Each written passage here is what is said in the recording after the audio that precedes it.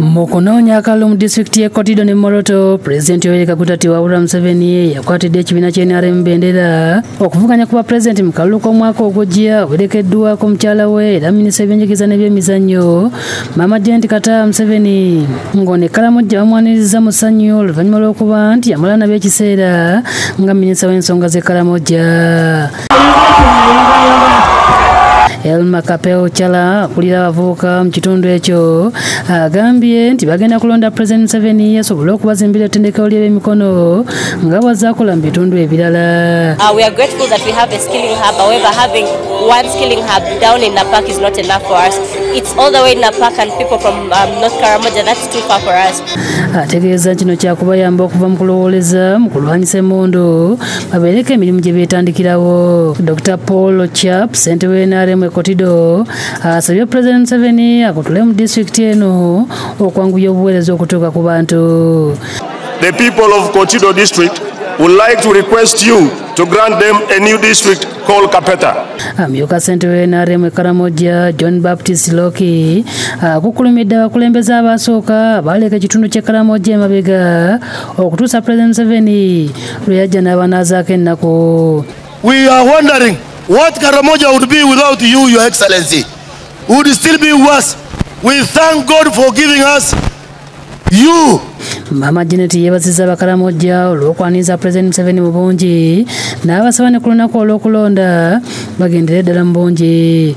I think it is most important for Karamoja to protect the gains, to ensure that all the families of Karamoja will transform their homes and their residences will not be grass-thatched anymore.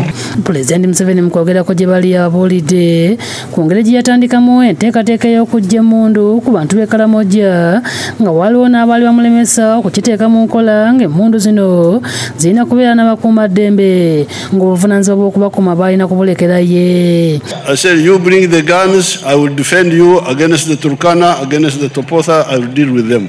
Pulezidenti ategeeza nga waliwo akabinja kabatukana kamulopera akabinja ka UPDF akaali kamulemesa okujja emmundu ku bantu bano nga bazikozesa okubba ente n'oluvannyuma ze baatundanga mu lufula y'Okalere e Kampala. Some people in the army did not want the criminality to end because they wanted to go on stealing cows, but also making money that their operations when they are just stealing fuel and so on. Awadde obujulizi nti yatwala ku abamu ku faamu ye abaganyibwa okubba ente n'abakakasa nti omuntu asobola okulunda n'akyusa obulamu nga takozesezza mmundu okubba nte. So I really thank the peace groups in Karamoja who helped me so much apart from the army.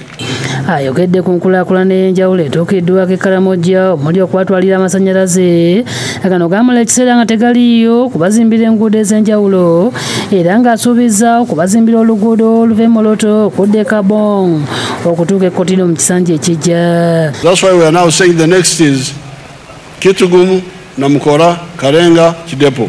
Now here we are saying Moroto, Kotido, Kabong, and the borders, the ones we were talking about. So Karamoja now is going to be an industrial center of Uganda. Ng'ogyeko obutebenkevu, Mwami Museveni asobodde okuweereza ssente za PDM mu disitulikiti y'e Kotido ng'ono yabaweereza obuwumbi 23 nga zaagayibwa maka 1638 ate Moroto Pulezidenti yabaweereza obuwumbi 11 nga zino zaagenda maka 1605 era baaganyulwa bulungi. Ssente z'emyoga nazo zaatuuka mu disitulikiti y'e Moroto nga Museveni yabaweereza obuwumbi 2 nga zaateekebwa mu ssako 1551 so nga Kotido yabaweereza akawumbi kamu nezigenda mu ssako 5764.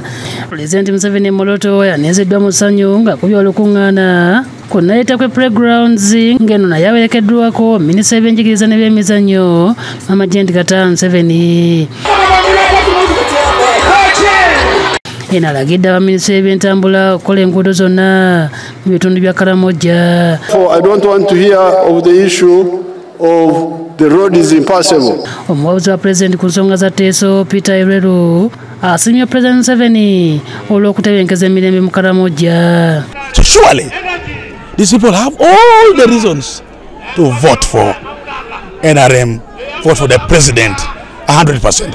And they've been doing so even with all the challenges they have been doing so. Yeminisita omubeezi w'ensonga z'e Karamoja Florence Namboozo Wamala ayogedde ku nkulaakulana etuukiddwako. Singa ddala obukulu nti cabinet ya approvinga kye tuyita Karamoja Regional Development Plan. Mulimu ensonga z'e Karamoja zonna okuviira ddala mu kusoma okugenda ku wealth creation. Ssaabakunzi w'e NRM Rosemary Nansubuga Sseninde asabye abalina okuwagira NRM. Mbasaba mwenna bannayuganda tuwagire NRM, tuwagire President Yoweri Kaguta Museveni, tumuwe omukisa, tumuwe akalulu akangi ennyo akalaga okusiima olw'ebyo byakoledde eggwanga. President Museveni yaniriza bannakibiina ky'NUP abasaze eddiiro okuddamu NRM. President oluvannyuma akwasiza bendera bannakibiina ky'NRM abayitamu avuganya ku bifo by'obubaka bwa Paalamenti. Robina Nantale, Aida Nakazi ne Shamshad Nalujja bebakusakidde eggulu eno ku Lwabukedde TV.